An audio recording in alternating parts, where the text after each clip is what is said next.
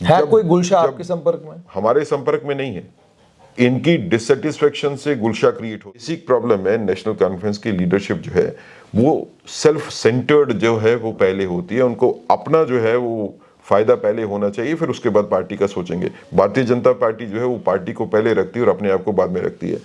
National conference में बड़े से बड़ा कदावर नेता भी, अब हिस्ट्री आप भी जानते हैं बेहतर तौर के ऊपर, अगर उसको मिनिस्ट्री जो है रिफ्यूज की गई तो उसने डिसेंट हमेशा शो की। हमारे पास अब 2 किले जो है वो फतेह करने रह गए हैं। भारतीय जनता पार्टी जिस तरीके से पूरे देश में बढ़ी है, एक केरला, एक हमारा लास्ट जो है वो किला फतेह करने वाला केरला वाला है, और दूसरा कश्मीर। मैं जम्मू कश्मीर नहीं कहूंगा, मैं कश्मीर कहूंगा। किस राज्यों में आपकी सरकार अब बन चुकी है? एकमात्र राज्य जम्मू कश्मीर ऐसा है जिस जहां पर जिस समय चुनाव हुए थे तो समीकरण इस तरह के बने कि आपकी सरकार नहीं बन सकी। अब संभावनाएं क्या हैं? क्योंकि पिछले दिनों खबर भी आई है और नेशनल कॉन्फ्रेंस के हेडक्वार्टर के ऊपर बहुत बड़ा हंगामा हुआ है वो घाटी में।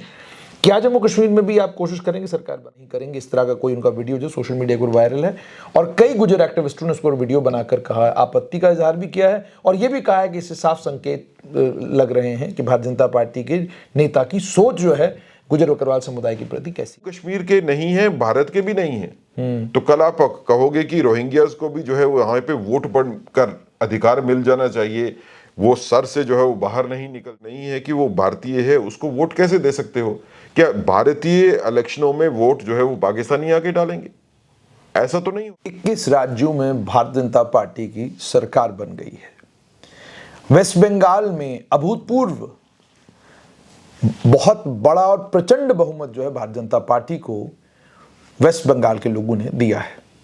आसाम में बीजेपी रिपीट हुई है और पुडुचेरी में एनडीए की सरकार बनी। यहाँ मतलब ये कि पुडुचेरी में भी भारतीय जनता पार्टी सरकार का हिस्सा है।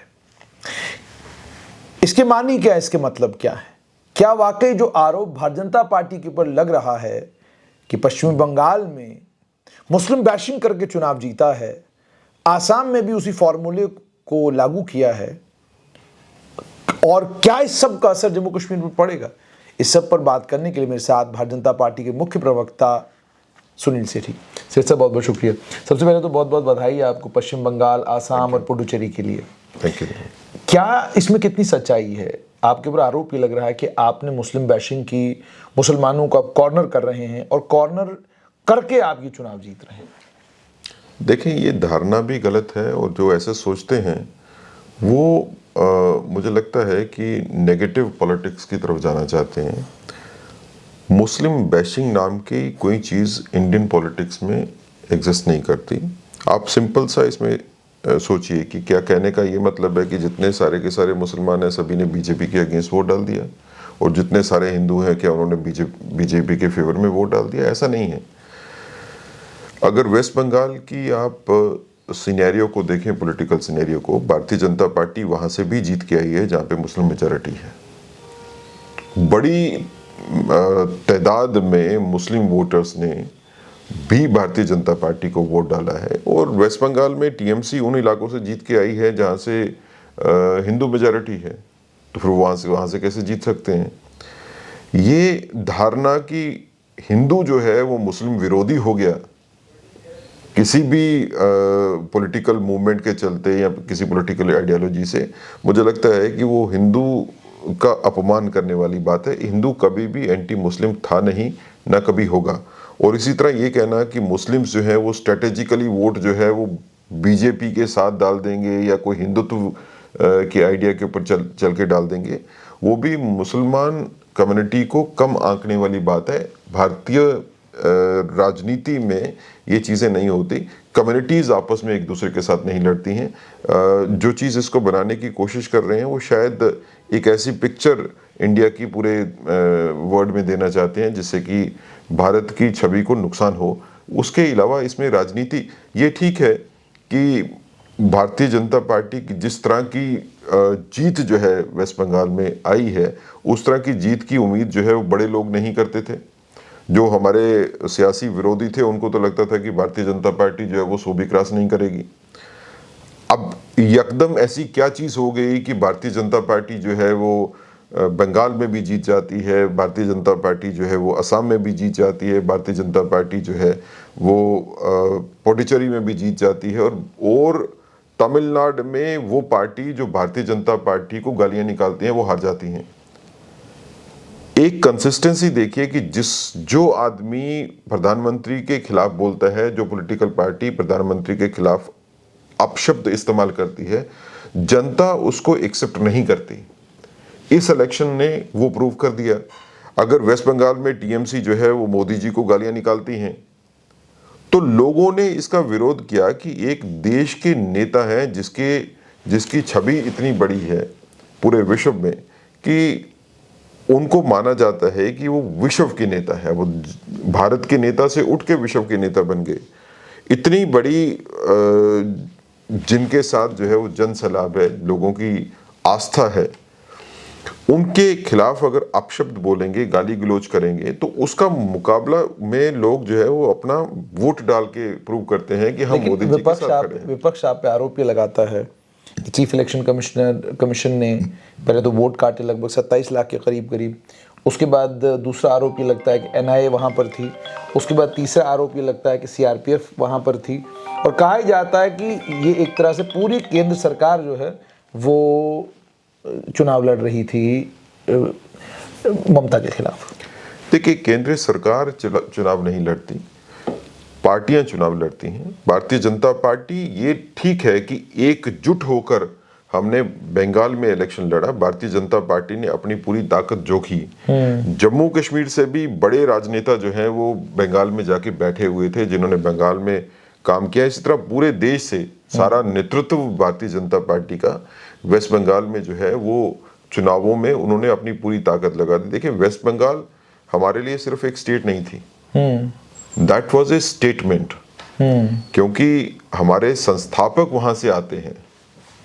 मुखर्जी जी की धरती को भारतीय जनता पार्टी के झंडे के नीचे लाना जो है वो हमारे लिए सैद्धांतिक तौर के ऊपर जरूरी था, क्योंकि वहीं से भारतीय जनता पार्टी की आवाज उठी थी। तो जिस धरती से भारतीय जनता पार्टी की आवाज उठी, उस विचारधारा की आवाज उठी राजनीतिक रूप के ऊपर, वहां पे भारतीय जनता पार्टी की एग्जिस्टेंस पॉलिटिकल होनी चाहिए, ऐसी सोच तो पार्टी की थी ही। तो आज हमने मुखर्जी जी की धरती में भी भारतीय जनता पार्टी का जब झंडा गाड़ दिया, तो मुझे लगता है कि वो एक सफर जो शुरू किया था मुखर्जी जी ने, श्यामा प्रसाद मुखर्जी जी ने, उस सफर को हमने पूरा जो है उसका सर्कल पूरा किया और हम वहां पे लेके आए जहां पे उनकी इच्छा थी कि भारतीय जनता पार्टी या उसका पहले वाला रूप जो है वो एक इस तरह की स्वच्छ राजनीति करेगा, जो कि देश के बारे में सोचते हैं, देश हित के बारे में सोचते हैं, जो गरीब के बारे में सोचते हैं, जो उस आदमी के बारे में सोचते हैं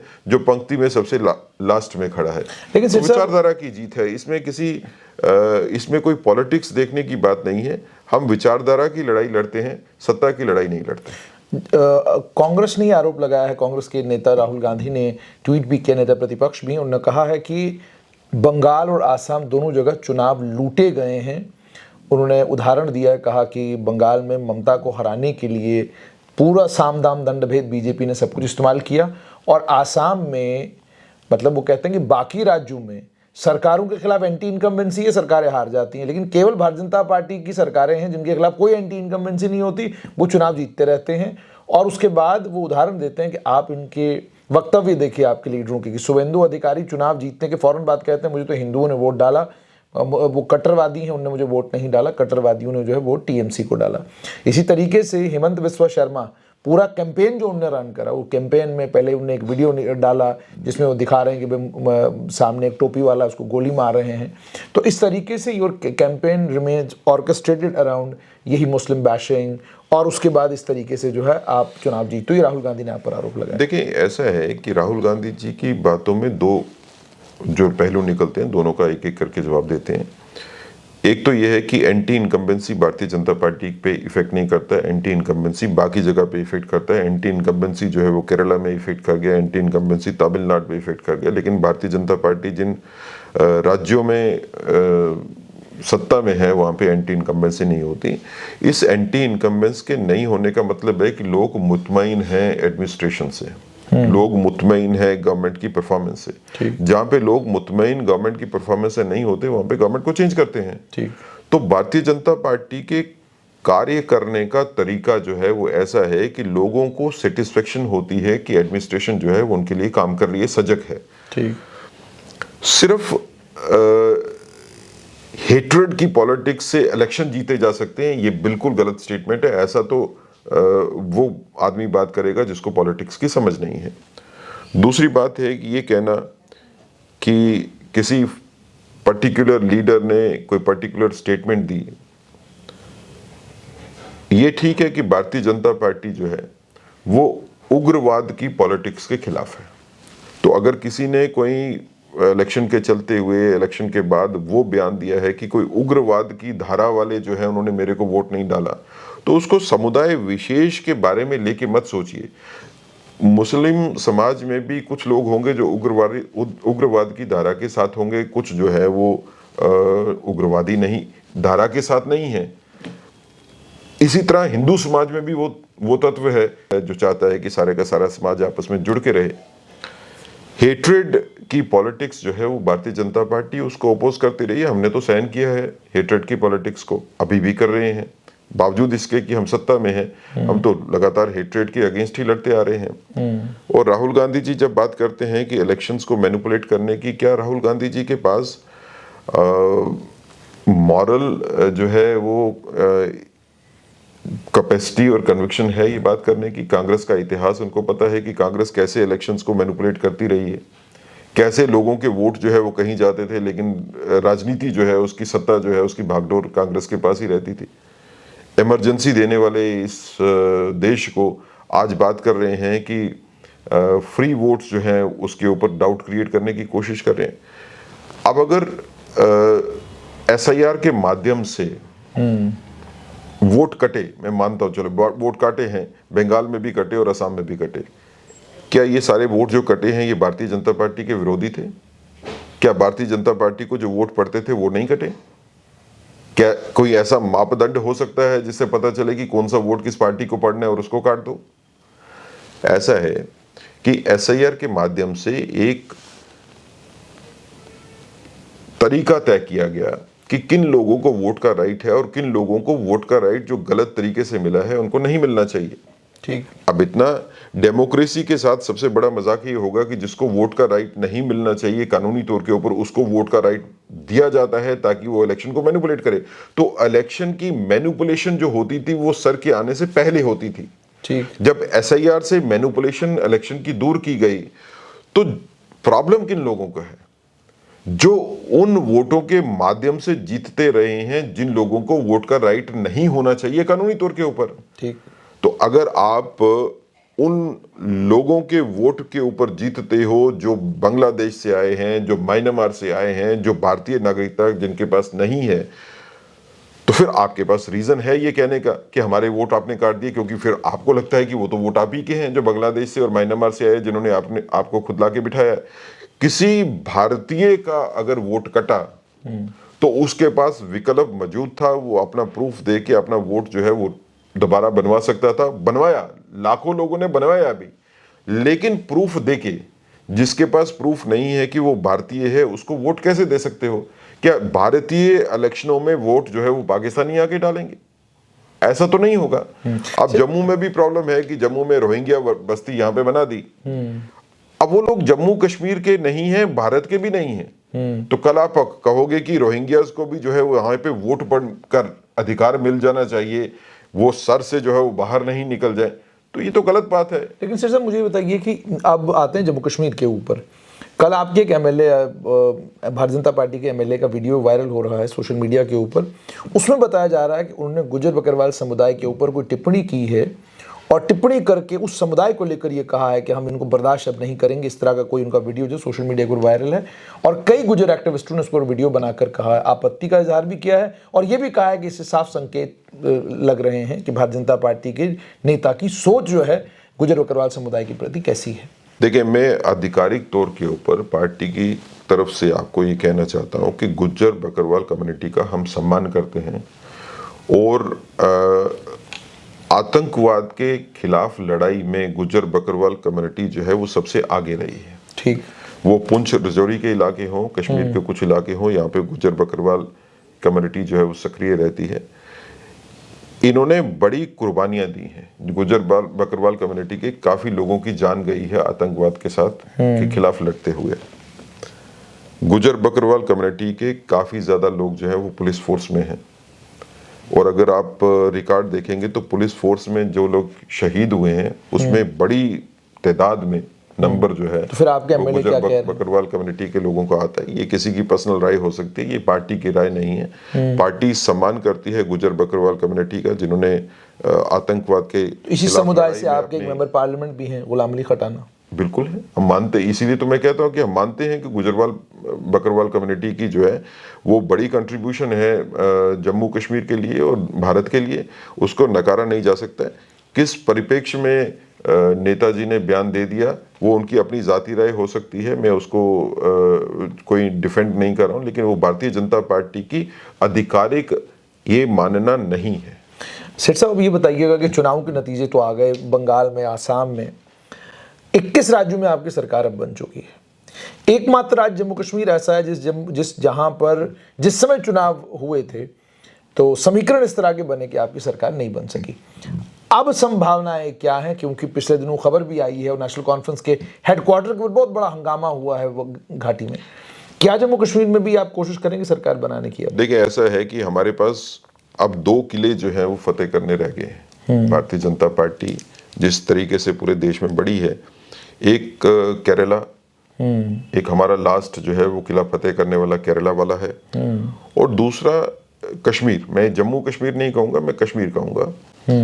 जम्मू में तो हम ऑलरेडी जो है वो लोगों को कन्विंस कर चुके हैं कि भारतीय जनता पार्टी ही एक ऐसी पार्टी है जो लोगों के हित में काम करती है, राष्ट्र हित में काम करती है। वो मैसेज उतना इफेक्टिवली कश्मीर डिवीजन में अभी तक नहीं पहुंचा है। वो इलेक्टोरली रिफ्लेक्ट नहीं हुआ है। लोग हमारे साथ जुड़े हैं लेकिन इलेक्टोरली वो रिफ्लेक्ट नहीं होता है। तो Kashmir will be the second fort जो भारतीय जनता पार्टी, जिसके ऊपर अब पूरा फोकस होके जो है वो काम करेगी। अगर हम बंगाल को 15 साल में जो है वो जीत सकते हैं, हम 3 एमएलए से जो है आज वहाँ पे जो है 200 से ज़्यादा एमएलए बना के गवर्नमेंट बना रहे हैं, तो मुझे नहीं लगता है कि कोई इसमें दिक्कत होगी कि कश्मीर में भी इसी तरह जो है वो कमल खिलेगा। Kashmir is a fertile ground for nationalism. Kashmiri आम कश्मीरी नेचुरली नेशनलिस्ट है।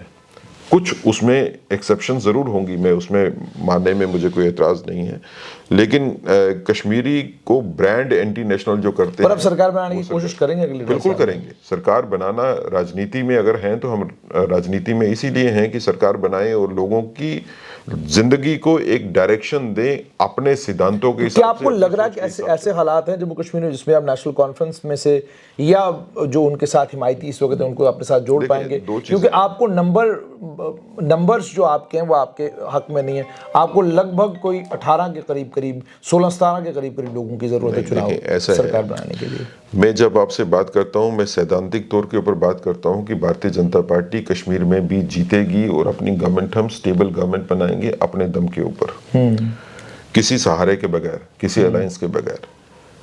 ये हमारी सैद्धांतिक सोच है।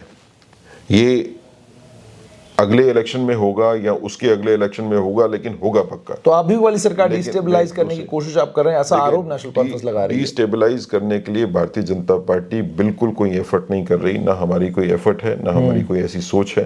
नेशनल कॉन्फ्रेंस की प्रॉब्लम यह है कि नेशनल कॉन्फ्रेंस अपने घर को संभाल नहीं पा रही है। नेशनल कॉन्फ्रेंस के बीच में डिसेंशन जो है वो खुद क्रिएट हुई है। चीफ मिनिस्टर साहब जो है अपनी मिनिस्ट्री की एक्सपेंशन इस डर से नहीं कर रहे कि अगर मैंने मिनिस्ट्री को एक्सपेंड कर दिया और 2 जो खाली पद हैं उनको भर दिया तो जो मंत्री नहीं बनेंगे वो सारे के सारे पार्टी को छोड़ के निकल जाएंगे। ये नेशनल कॉन्फ्रेंस की हिस्ट्री है और ये दोबारा हिस्ट्री रिपीट होगी, इसका भी कोई बड़ी अजीब बात नहीं होगी कि नया कोई गुलशाह जो है वो नेशनल कॉन्फ्रेंस से निकल आए। कोई गुलशाह आपके संपर्क में? हमारे संपर्क में नहीं है। इनकी डिससेटिस्फेक्शन से गुलशा क्रिएट होते हैं। आज हो गया कोई क्रिएट, अगर चीफ मिनिस्टर साहब अपने कैबिनेट मंत्री जो है पूरे के पूरे बना दें तो सारे का सारा खेल सामने आ जाएगा।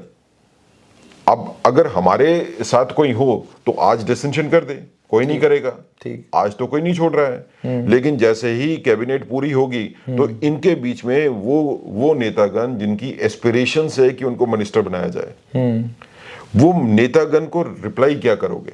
ठीक। आज के दिन में अगर इनके पास 2 वैकेंसीज हैं और लेने वाले इनके पास कम से कम 25 या 30 लोग हैं जो अपने आप को सीरियस कंटेंडर समझते हैं कि हमारे को मंत्री बनना चाहिए, अगर वो मंत्री नहीं बनते और जिनका खासा इन्फ्लुएंस भी होगा, उनको नेशनल कॉन्फ्रेंस अपने साथ इकट्ठा कैसे जोड़ के रखेगी? ठीक। देखिए, नेशनल कॉन्फ्रेंस कोई भारतीय जनता पार्टी नहीं है।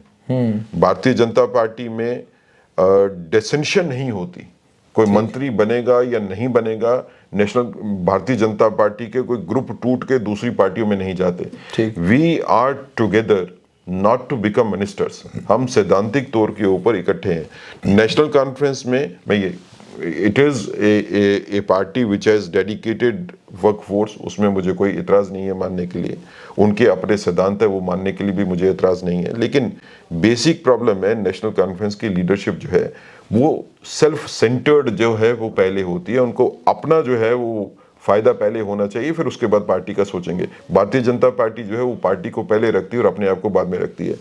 नेशनल कॉन्फ्रेंस में बड़े से बड़ा कदावर नेता भी, अब हिस्ट्री आप भी जानते हैं बेहतर तौर के ऊपर, अगर उसको मिनिस्ट्री जो है रिफ्यूज की गई तो उसने डिसेंट हमेशा शो की है।